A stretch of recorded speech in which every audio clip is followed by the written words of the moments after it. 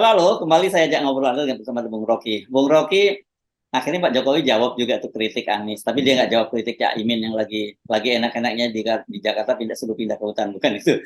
Dia menjawab soal Anies yang menyatakan bahwa konsep IKN itu salah. Kalau bicara kata dia itu konsepnya nggak nyambung. Kalau mau pertumbuhan itu ya bukan bukan ibu kota baru, tapi kota-kota kecil yang dibangun di situ. Sementara Pak Jokowi menyatakan bahwa IKN itu penting gitu supaya tidak untuk pemerataan pembangunan dan tidak Jawa sentris gitu kata Pak Jokowi. Tapi tiba-tiba muncul statement dari pejabat Gubernur DKI Jakarta Heru Budi. Kan kita tahu Heru Budi ini orang kepercayaan Pak Jokowi dan ditempatkan di Jakarta ya ditempatkan oleh Pak Jokowi. Dia tiba-tiba mengancam pegawai di DKI Jakarta yang kinerjanya nggak bagus itu akan dibuang ke IKN. Nah kan ini benar-benar bad campaign dong buat buat Pak Jokowi. Itu karena itu seolah-olah kalau ibu kota baru maka semua hal akan setara di situ tuh, disparitas nggak terjadi. Ya kita bisa lihat kota-kota besar di New York itu ada slum area, di Bronx itu orang datang ke Los Angeles misalnya itu bergelimpangan orang miskin yang tidur di tenda-tenda di parkiran bahkan di bawah kolong jembatan. Itu kota-kota besar yang sebetulnya nggak ada hubungannya dengan pemerataan atau timbulnya pusat pertumbuhan ekonomi. Apalagi di Kalimantan itu, begitu dipindahkan, yang akan nambah ekonominya adalah satu kelas yang pindah dari Jakarta. Sementara di sekitar situ ada Samarinda, ada daerah-daerah penopang yang memang dari segi SDM-nya kurang. Jadi persaingan justru akan menambah disparitas begitu ibu kota dipindahkan.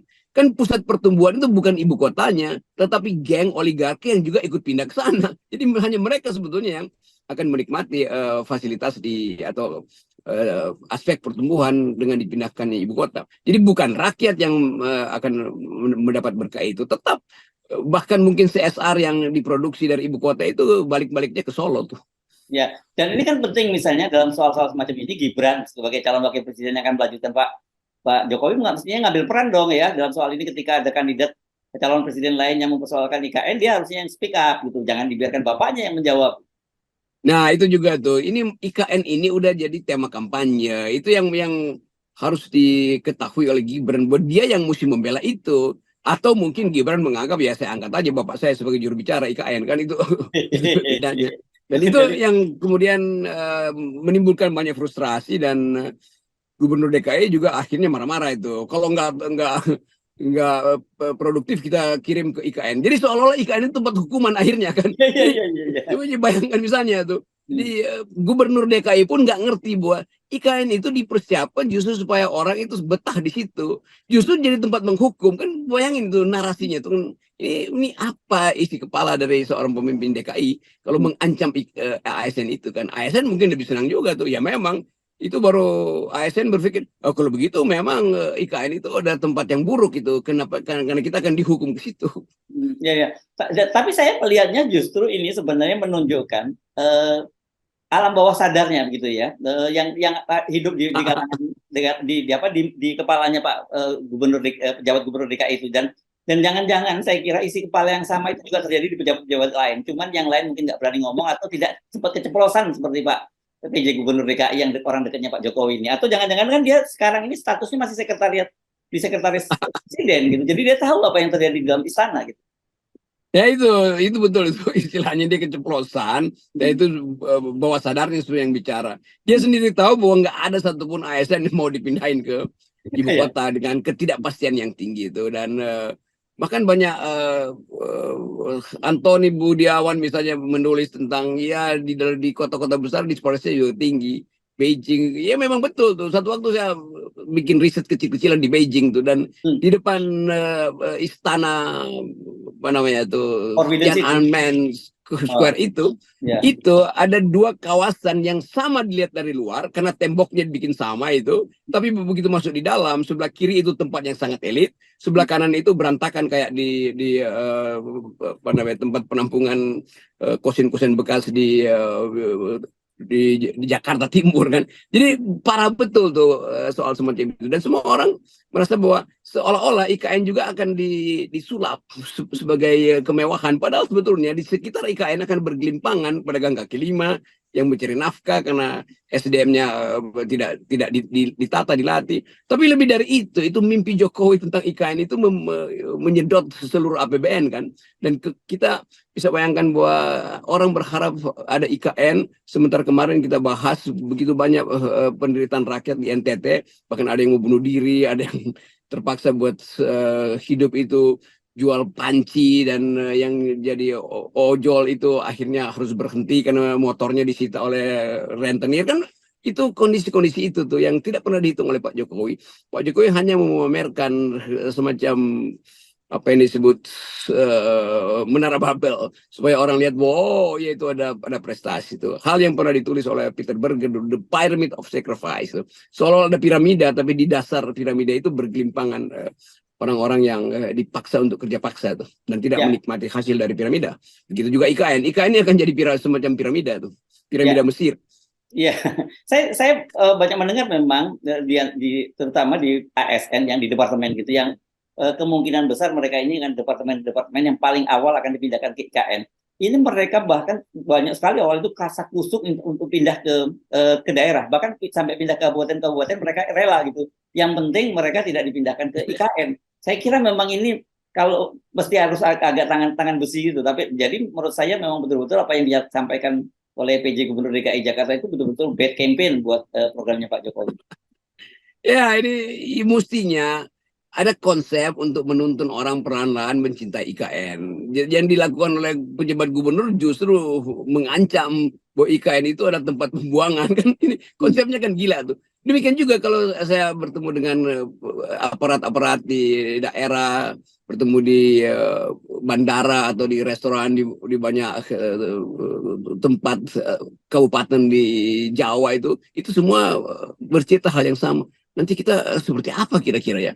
Lebih baik itu dipindahkan ke pulau yang mereka anggap sebagai diungsikan dari Jawa, tapi jangan dibawa ke IKN. Kira-kira begitu jalan pikiran mereka. Iya. Ini jangan salah memahami ya. Bukan kita mempersoalkan bahwa soal Kalimantannya, bukan, tetapi adalah soal pembangunan IKN-nya. Itu yang penting kita luruskan ya, Bung Rocky. Kita nanti jangan sampai salah dianggap ngolok-olok Kalimantan, dan Kalimantan ini kan pulau yang sangat kaya. Itu juga saya berapa kali ke Kalimantan, akhirnya harus bertengkar dengan soal itu. Dan makin lama banyak teman-teman di Kalimantan mengerti bahwa tanpa ada perencanaan yang matang, IKN itu hanya akan menimbulkan disparitas di rakyat Kalimantan sendiri. Dan beberapa tokoh adat juga mulai paham bahwa memang tidak ada perencanaan dari awal. Dan bukti yang paling konkret bagi mereka, kalau misalnya IKN itu dimaksudkan untuk jadi sumber pertumbuhan Kalimantan, kenapa otoritasnya bukan orang Kalimantan? Itu aja udah satu aspek. Dan bagi mereka semacam penghargaan sebetulnya harus diberikan bahwa ketua otoritas atau pejabat-pejabat penentu kebijakan di Kalimantan mestinya adalah warga asli yang paham tentang kultur, yang bisa menghubungkan antara IKN itu dengan sejarah Kalimantan sebagai pulau yang didesain untuk menghidupkan bumi dengan hijaunya atau jadi paru-paru dunia kan. Jadi sebetulnya mulai ada kesadaran di dalam masyarakat Kalimantan sendiri bahwa ada hal yang pada akhirnya mereka paham bahwa ini desain yang sebetulnya sekedar untuk memamerkan arogansi kekuasaan tuh. Apalagi mulai ada anggapan bahwa Pak Jokowi ternyata tidak bisa ditegur karena mau menjalankan terus itu, sementara APBN dipakai untuk membiayai proyek-proyek mercusuar itu.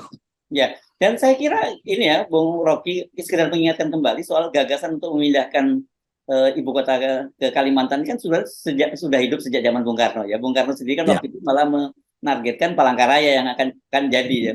Dan saya kira memang kalau soal ketimpangan tadi ya, soal pemerataan itu kita sepakat harusnya Indonesia Timur itu yang luar biasa kaya dengan potensi sumber daya alamnya, itu ya jangan cuma hanya jadi semacam kesko sapi perah dari Jakarta saja gitu. Harusnya mereka juga tumbuh dengan bagus, apalagi dengan potensi yang ada. Ya kita lihat tuh bagaimana Kalimantan, Sumatera atau Indonesia Timur juga kaya dengan sumber daya, tapi CSR semua jatuh ke Jawa kan. Dan kita lihat tetap indeks kemiskinan atau Human Development Index di Kalimantan, di beberapa provinsi yang kaya Pekanbaru misalnya, Riau itu turun drastis. Sementara di Jawa yang nggak punya sumber daya, itu hidupnya itu justru dihidupi oleh sumber daya yang ada di Kalimantan dan di Sumatera.